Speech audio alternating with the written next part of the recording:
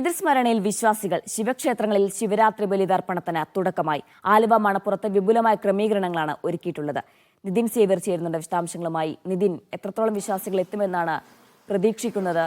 ഒരുക്കങ്ങളൊക്കെ എങ്ങനെയാണ് ക്രമീകരിച്ചിട്ടുള്ളത്?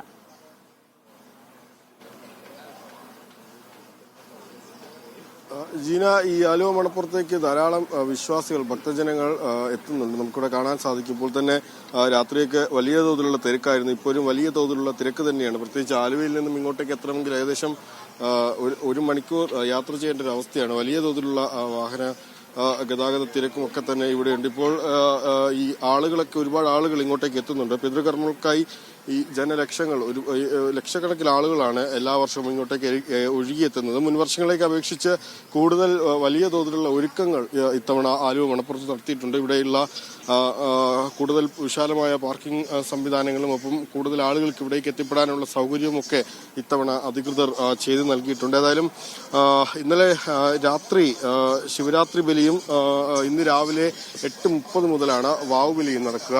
ധാരാളം ആളുകളാണ് പിതൃകർമ്മങ്ങൾക്കായി മഹാശിവരാത്രി ആഘോഷത്തിന് ആലുവ മണപ്പുറത്തേക്ക് എത്തുന്നത്. ഇപ്പോൾ ഈ ആളുകളൊക്കെ തന്നെ ഇങ്ങോട്ടേക്ക് എത്തുന്നതിന്റെ കാഴ്ചകളാണ് നമ്മൾ കാണുന്നത്. ഇവിടെയൊക്കെ തന്നെ വലിയ തോതിലുള്ള സംവിധാനങ്ങൾ ഒരുക്കിയിട്ടുണ്ട്. ഒപ്പം വിവിധ പാർക്കുകളും സ്റ്റാളുകളും ഒക്കെ തന്നെ ഒരുക്കിയിട്ടുണ്ട് ആളുകൾക്കായി. ഇപ്പോൾ ഇന്നലെ രാത്രിയാണ് ലക്ഷാർച്ചനയും പിതൃപൂജയും കൂട്ടനമസ്കാരവും സായൂജ പൂജയും ഒക്കെ നടന്നത്. രാത്രി 12-ന് ശിവരാത്രി വിളക്ക് എഴുന്നള്ളിപ്പ് തുടങ്ങി. തുടർന്ന് ബലിതർപ്പണവും ഒക്കെ ഇന്നലെ രാത്രി നടന്നിരുന്നു. ഇന്ന് രാവിലെ 8:30-നാണ് ഈ വാവുബലി നടക്കുന്നത്. ഈ ക്ഷേത്രകർമ്മങ്ങൾക്കെല്ലാം തന്നെ മേൽശാന്തിയായ മുല്ലപ്പള്ളി ശങ്കരൻ നമ്പൂതിരിയാണ് മുഖ്യ കാർമ്മികത്വം വഹിക്കുന്നത്. 116 ബലിത്തറകളാണ് ഇത്തവണ ഈ തിരുവിതാംകൂർ ദേവസ്വം ബോർഡ് ഒരുക്കിയിട്ടുള്ളത്. ബലിതർപ്പണത്തിന് ദേവസ്വം ബോർഡ് 75 രൂപ നിരക്ക് വാങ്ങുന്നുമുണ്ട്. ഒപ്പം അപ്പവും അരവണയും അടക്കം നിരവധി വഴിപാടുകളും ഒക്കെയുണ്ട്. ഗ്രീൻ ഫോട്ടോകൾ പ്രകാരമാണ് ഇത്തവണ എല്ലാ ആഘോഷവും ഇവിടെ നടക്കുന്നതെന്നാണ് ഏറ്റവും പ്രധാനമായത്. വലിയ തോതിലുള്ള പോലീസ് സുരക്ഷയും CCTV സംവിധാനങ്ങളും പോലീസിന്റെ സുരക്ഷയും ഒക്കെ തന്നെ വലിയ തോതിൽ ഇവിടെ ഒരുക്കിയിട്ടുമുണ്ട്. ഏതായാലും കൂടുതൽ ആളുകൾക്ക് എത്തുന്നതിന് ഇത്തവണ ധാരാളം ക്രമീകരണങ്ങൾ ഈ ആലുവ മണപ്പുറത്ത് ഒരുക്കിയിട്ടുണ്ട്. ഭക്തജനങ്ങൾക്ക് 2 കോടി രൂപയുടെ ഇൻഷുറൻസ് പരിരക്ഷയുമുണ്ട്. ഒപ്പം ദേവസ്വം ബോർഡും വലിയ തോതിലുള്ള, തിരുവിതാംകൂർ ദേവസ്വം ബോർഡിന്റെ കീഴിലാണ് ഈ പരിപാടികൾ നടത്തപ്പെടുന്നത്. അപ്പോൾ ദേവസ്വം ബോർഡും വലിയ തോതിലുള്ള ക്രമീകരണങ്ങളൊക്കെ തന്നെ ഇവിടെ നടത്തുന്നുണ്ട്. കൊച്ചി മെട്രോയും ദക്ഷിണ റെയിൽവേയും KSRTCയും പ്രത്യേക സ്പെഷ്യൽ സർവീസുകൾ നടത്തുന്നുണ്ട്. KSRTCക്ക് ഇവിടെ ഒരു താൽക്കാലിക ഡിപ്പോ തന്നെ രൂപീകരിച്ചിട്ടുണ്ട്. ഒപ്പം നഗരസഭ താൽക്കാലിക office, police control room, fire station, ജില്ലാ ആശുപത്രിയുടെ അത്യാഹിത യൂണിറ്റ്, അങ്ങനെ എല്ലാം തന്നെ ഇവിടെ ഒരുക്കിയിട്ടുണ്ട്. ആംബുലൻസും നേവിയുടെ പ്രത്യേക സർവീസുകളും അടക്കം ധാരാളം സർവീസുകൾ ഒരുക്കിയിട്ടുണ്ട്. ഏതായാലും ഈ രാവിലെ 8:30-നാണ് ഇവിടെ ബലിത്തറകളിൽ വാവുബലി ആരംഭിക്കുന്നത്. അതിനു മുമ്പ് വിശ്വാസികളെല്ലാം തന്നെ ഇങ്ങോട്ടേക്ക് എത്തുന്നുണ്ട്. രാത്രി വലിയ തോതിലുള്ള ആഘോഷങ്ങൾ ഇവിടെ ഉണ്ടായിരുന്നു. നമുക്ക് കാണാൻ സാധിക്കുന്ന പോലെ ഈ മുൻവർഷങ്ങളെ അപേക്ഷിച്ച് കൂടുതൽ വലിയ തോതിലുള്ള സജ്ജീകരണങ്ങളാണ് ഇത്തവണ ഒരുക്കിയിട്ടുള്ളത്. ഒപ്പം തന്നെ ഈ അമ്യൂസ്മെന്റ് പാർക്ക് അടക്കമുള്ള സ്റ്റാളുകൾ അല്ലെങ്കിൽ വലിയ തോതിലുള്ള പാർക്കിംഗ് സംവിധാനങ്ങളൊക്കെ മുൻവർഷങ്ങളെ അപേക്ഷിച്ച് ഇവിടെ കൂടുതൽ വിപുലീകരമായ രീതിയിൽ ഒരുക്കിയിട്ടുണ്ട്. ഏതായാലും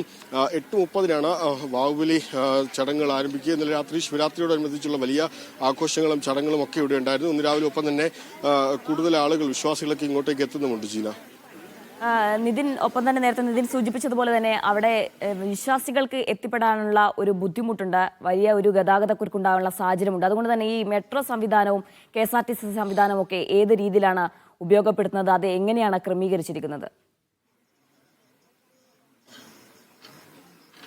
തീർച്ചയായും ഈ മുൻകാലങ്ങളെ അപേക്ഷിച്ച് സാധാരണ മെട്രോ ആരംഭിക്കുന്നത് 6 മണിക്കാണെങ്കിൽ ഈ ശിവരാത്രിയോടനുബന്ധിച്ച് സ്പെഷ്യൽ സർവീസുകൾ രാത്രി മുഴുവൻ ഈ കൊച്ചി മെട്രോയുടെ ഭാഗത്തു നിന്ന് നടത്തുന്നുണ്ടായിരുന്നു. ഒപ്പം തന്നെ ദക്ഷിണ റെയിൽവേയും വലിയ തോതിലുള്ള ഈ ക്രമീകരണങ്ങൾ, ഇങ്ങോട്ടേക്ക് സ്പെഷ്യൽ സർവീസുകളടക്കം നടത്തുന്നുണ്ട്. ഒപ്പം KSRTC ഒരു പ്രത്യേക സ്റ്റാൻഡ് ഈ ആലുവ മണപ്പുറത്തോട് ചേർന്ന് നടത്തുന്നുണ്ട്. എപ്പോഴും ഇങ്ങോട്ടേക്ക് ഭക്തജനങ്ങളെ അല്ലെങ്കിൽ ഇങ്ങോട്ടേക്ക് എത്തുന്ന ആളുകളെ എത്തിക്കാനും തിരികെ കൊണ്ടുപോകാനും വലിയ തോതിൽ സംവിധാനം KSRTC ഒരുക്കിയിട്ടുണ്ട്. എപ്പോഴും ഇപ്പോഴും ഇവിടെ നിന്ന് ബസ് സർവീസുകളുണ്ട്, സ്പെഷ്യൽ സർവീസുകൾ KSRTC നടത്തുന്നുണ്ട്. പക്ഷെ അപ്പോഴും ഈ ഗതാഗത ക്രമീകരണങ്ങൾ മുൻ വർഷങ്ങളെ അപേക്ഷിച്ച് കഴിഞ്ഞ വർഷങ്ങളിലൊക്കെ ഈ പറവൂർ കവലയിൽ നിന്നുമാണ് ആലുവ മണപ്പുറത്തേക്ക് ഈ വാഹനങ്ങൾ വഴിതിരിച്ചു വിട്ടതെങ്കിൽ ഇത്തവണ ഈ ആലുവയിൽ നിന്നും പിന്നെയും കുറച്ചുകൂടി ദൂരം മുൻപോട്ട് പോയ ശേഷമാണ് ഇത്തരത്തിൽ ഇങ്ങോട്ടേക്ക് വാഹനങ്ങൾ വഴിതിരിച്ചു വിടുന്നത്. അപ്പോൾ വലിയ തോതിലുള്ള ഗതാഗത തിരക്ക്, ചെറിയ വഴി അതിനാൽ തന്നെ ഇങ്ങോട്ട് ഈ വാഹനങ്ങൾക്ക് എത്തിപ്പെടാൻ വലിയ പ്രയാസമുണ്ട്. അപ്പം KSRTC ബസ്സും ഇതേ വഴിയിലൂടെ തന്നെ സഞ്ചരിക്കുന്നതിനാൽ ഈ ബ്ലോക്ക് ഉണ്ടാകുന്നത് വലിയൊരു പ്രശ്നം, അല്ലെങ്കിൽ ഇങ്ങോട്ടേക്ക് എത്തിപ്പെടാൻ ആളുകൾക്ക് സമയമെടുക്കുന്നുണ്ട്. ഏതായാലും സമയമെടുത്തിട്ടാണെങ്കിലും ഈ ആളുകളെല്ലാം തന്നെ ഇങ്ങോട്ടേക്ക് എത്തുന്നുണ്ട്. പ്രത്യേകിച്ച് ഒരു വർഷം കാത്തിരുന്ന ശേഷമാണ് വീണ്ടും ഈ ശിവരാത്രി ദിനത്തിൽ ആലുവ മണപ്പുറത്തേക്ക് വരാൻ ആളുകൾക്ക് അല്ലെങ്കിൽ ഈ ഭക്തർക്കൊക്കെ സാധിക്കുന്നത്. അതുകൊണ്ട് തന്നെ ഇവർ എല്ലാ പിതൃകർമ്മങ്ങളൊക്കെ ചെയ്യാൻ വേണ്ടി തന്നെ ഏറെ കാത്തിരുന്ന് എല്ലാവിധ ശിവരാത്രി ബലിതർപ്പണത്തിന് തുടക്കമായി ആലുവ മണപ്പുറത്ത് വിപുലമായ ക്രമീകരണങ്ങളാണ് ഒരുക്കിയിരിക്കുന്നത്. നിതിൻ സേവ്യറാണ് വിശദാംശങ്ങൾ നൽകിയത്.